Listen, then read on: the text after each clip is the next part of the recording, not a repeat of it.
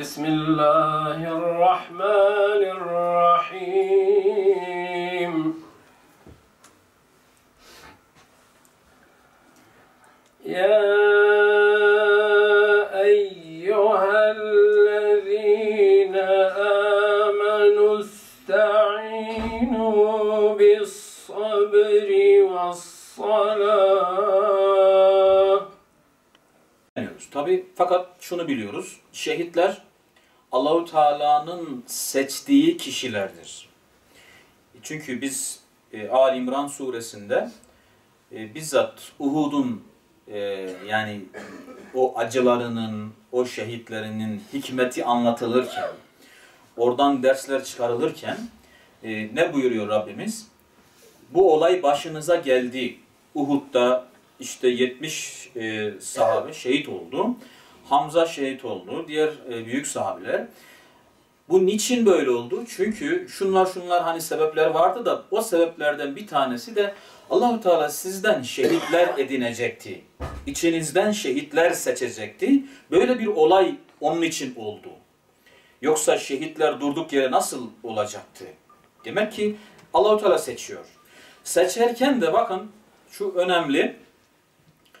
Şehitleri Allah-u Teala seçerken alimden seçmiyor sadece. Alimlerden seçmiyor. Veya önderlerden, yani diyelim ki bir davanın, bir cemaatin işte önderleri, liderleri, öncüleri, onlardan da seçmiyor her zaman. Evet, onlardan illaki alimlerden, onlardan seçiyor ama garip bir şey.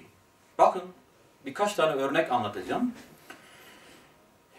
Uhud Savaşı, ki Uhud Savaşı aslında Allah-u Teala'nın bize şehadeti öğrettiği savaştır. Bedir'de de şehitler vardır, öncesinde de şehitler vardır ama şehadetin mektebi, mantığı Uhud'da şekillenmiştir. Yani bu önemli çünkü Ali İmran suresinde Uhud'a bu anlamda çok yer verilmiş. Ve biz Siyer'de Peygamber Efendimizin hayatını anlatan kitaplarda Uhud Savaşı'nı çok detaylı buluyoruz. Çok detaylı. Yani bizim gibi kişilere biraz ağırdır, utançtır da. Neden? Çünkü şehadet aşk işidir. Buradan gelir. Buradan gelmez. Buradan gelir. Kalpten gelir. Yani hani bir kez Allah dese aşk ile lisan diyor ya, dökülür cümle günah misli hazan. Aşk ile Allah diyenlerin işidir biraz şehadet. O yüzden bizimki biraz teferruat oluyor, tafsilat oluyor. Kelime-i şehadet yemin etmektir. Ben bunu birçok yerde anlattım. Yemin etmektir. Ben yemin ederim ki Allah'tan başka ilah yok. Yemin ederim ki Hz. Muhammed Mustafa'dan başka Resul yok. Onun kulu elçisidir. Yemin eden bir Müslüman şunu söylemiş oluyor. Müslüman olan, yani kelime-i şehadet getiren, ömrüm boyunca namaz kılacağıma yemin ederim. Ömrüm boyunca sağlığım, sıhhatim yerindeyse Ramazan orucunu tutacağıma yemin ederim. Allah'ın emirlerine itaat edeceğime, yasaklarından sakınacağıma yemin ederim. İçki içmeyeceğime yemin ederim. Kumar oynamayacağıma yemin ederim.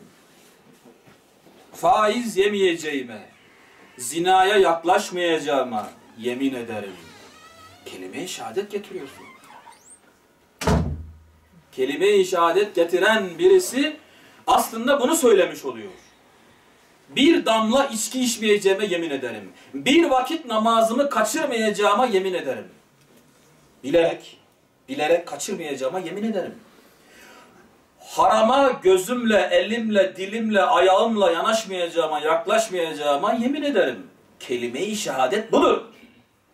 Fakat kelime-i şehadetin 3 mertebesi var. 3 seviyesi, 3 derecesi var.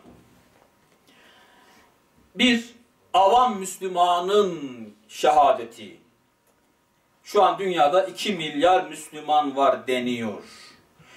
Yani İnşallah öyledir. İnleyen Müslüman kardeşlerimize yardım et. Ve üzerlerine sabır yağdır. Onlar ki sana verdikleri sözü yerine getirerek canlarını feda ettiler. Bizleri onların bereketi ve hayrından nasipdar eyle ya Rabbim.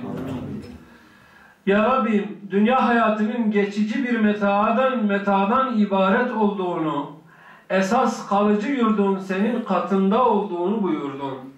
O halde bize de dünya ve dünyaya ait şeylerin değersiz